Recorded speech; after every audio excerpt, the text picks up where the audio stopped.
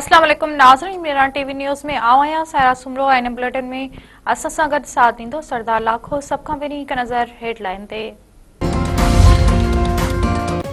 PP chairman Bilawal Bhutto Zardari चयो आहे त आईनी अदालत ठाहे शहीद बेनज़ीर भुट्टो जो ख़्वाब पूरो कयो आहे। उम्मीद आहे त आईनी अदालतूं अहिड़ो कमु कंदियूं जंहिंसां आवाम जो एतमाद बहाल थिए। नथा चाहियूं त अदालत टेम ठाहे समोसनि जा रेट बि मुक़ररु करे।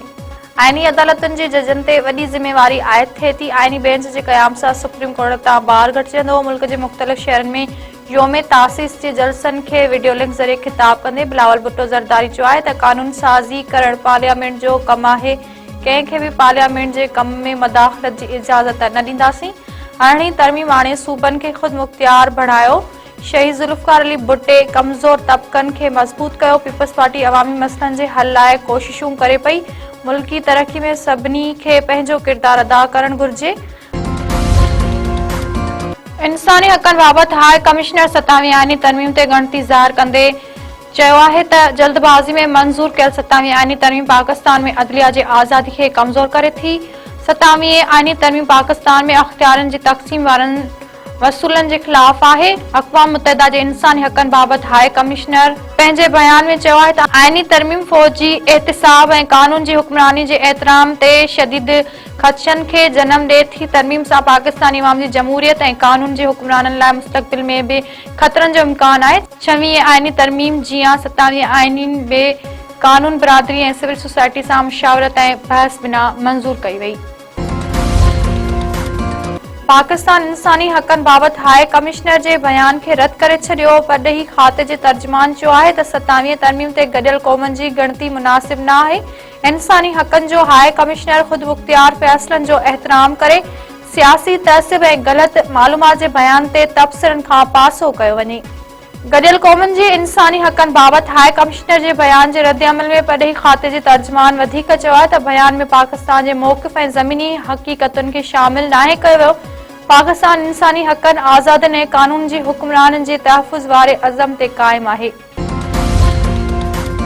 पाकिस्तान ऐं मिस्र में ग़ज़ा अमन लाइ गॾियल किरदारु अदा करण ते इत्तिफ़ाक़। इस्लामाबाद में ॿिन्ही मुल्कनि जे परॾेही वज़ीरनि जी मुलाक़ात।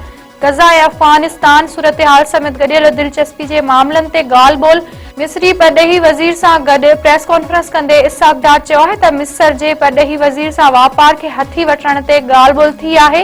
ॿिन्ही मुल्कनि में दिफ़ा, सक़ाफ़त ऐं अवामी राब्तनि जे शोबनि में ताउन वधाइण ते इत्तिफ़ाक़ कयो वियो आहे। ग़ज़ा जंगबंदी में मिस्र जे किरदार ते साराहियूं था। पाकिस्तान मुस्लिम दुनिया में मिस्र खे अहम शिराकतदार समझे थो। पेशावर में एफसी हेडक्वार्टर ते धमाके जी जांच में अॻ भराई। नादरा पारां हमले में मुलविस 3 दहशतगर्द अफ़गान शहरी हुजण जी सुञाणप।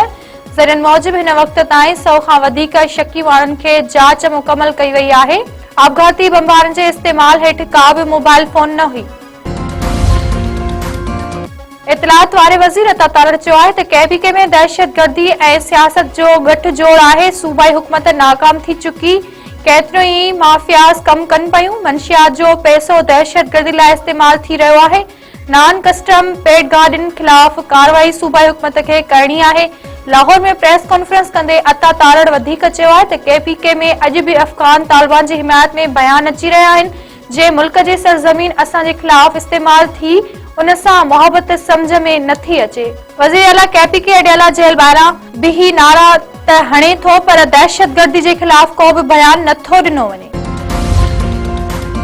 पीपल्स पार्टी क़ाइमु थियण ते 58 साल मुकमल थी विया। अॼु पार्टी जो योम तासीस मल्हायो पियो वञे। ज़ुल्फ़िकार अली भुट्टो तरक़ी पसंदनि सां गॾिजी पीपल्स पार्टी जो बुनियादु विधो। अटे लटे अॼु जे नारे पार्टी खे सॼे मुल्क में मक़बूल बणायो।